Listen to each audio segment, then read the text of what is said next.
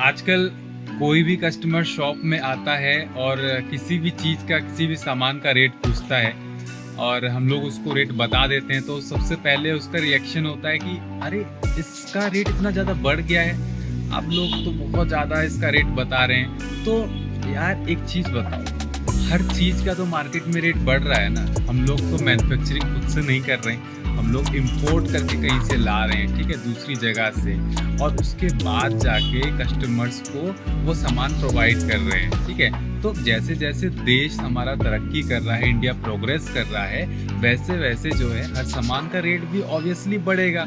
चाहे आप सब्जी का रेट की बात कर लो, चाहे पेट्रोल डीजल की बात कर लो, चाहे दूसरी कमोडिटीज़ के बारे में बात कर लो, हर चीज़ का रेट बढ़ने ही वाला है। अब अमूल का दूध है या फिर आपका मदर डेयरी का दूध है, वो भी तो साल में एक बार 2 या 3 रुपए जो है बढ़ा ही देते हैं। तो उनसे आप क्या बोलोगे कि आपने क्यों रेट बढ़ाया?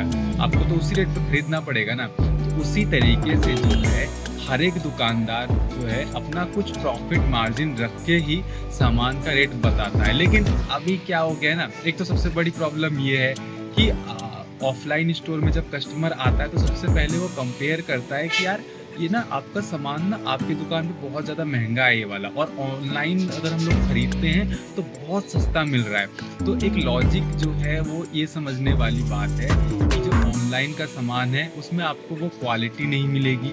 और दूसरी बात जो है, कई बार ऐसा होता है जो प्रोडक्ट एक्सपायरी वाले होते हैं उनमें एक्सपायरी डेट के साथ छेड़छाड़ भी की जाती है, उसके बाद जाके वो कहीं आपको सस्ते रेट पर मिलता है। तो ऐसा सामान तो आप खरीद लोगे जो सस्ते रेट पर मिल गया आपको ऑनलाइन मार्केट में, लेकिन उसमें आपको क्वालिटी नहीं मिलेगी और हो सकता है कि साइड इफेक्ट्स भी हो जाएं, ठीक है। तो इसलिए जो है आप अगर किसी दुकान में जाते हो तो इस बात का ध्यान रखो कि अगला बंदा अगर आपको कोई रेट बता रहा है तो उसके पीछे भी कोई लॉजिक होगा, क्योंकि उसको अपना शॉप का रेंट भी देना है, अपना महीने का खर्चा भी निकालना है। हर एक चीज़ को ध्यान में रखकर ही चीज़ों का रेट बताया जाता है। और कोई भी स्टोर हो, ठीक है, मान लीजिए फॉर एग्जांपल मैं अपने स्टोर की बात करूँ, गिफ्ट स्टोर है, तो हम लोग का गिफ्ट स्टोर में हर एक प्रोडक्ट पे अलग अलग मार्जिन होता है, ठीक है ना। ये नहीं कि हम लोग 100% मार्जिन लेके चल रहे हैं, ऐसा नहीं होता है। 10% होता है, 20% होता है, 25% होता है, मैक्सिमम 40 से 45% तक मार्जिन ऐसे स्टोर्स में हो सकता है। किराना स्टोर हो गया 10%, 15%, 20% में लोग अपना काम करते हैं।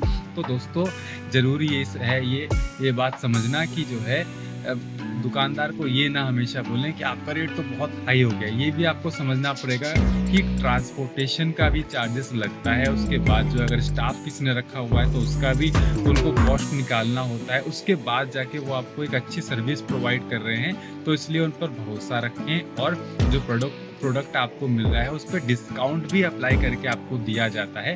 तो इस बात का बहुत ज़्यादा आप जो है ध्यान रखें, और इस पे कंपैरिजन ना करें कि वहाँ तो ऐसा मिल रहा है, उस दुकान में ऐसा मिल रहा है, या फिर ऑनलाइन में हमें सस्ता मिल रहा है। तो अगर अच्छी क्वालिटी चाहिए, आपके घर के पास में दुकान है, मार्केट में दुकान है, तो वहाँ पर जाएँ और उनसे अच्छे से बात करें, और ये ना बोलें उनसे कि जो है आपका रेट तो बहुत हाई फाई है, हम इसमें कैसे खरीदेंगे, यही सामान जो आप 10 रुपये बोल रहे हैं कुछ महीने पहले 5 रुपये था।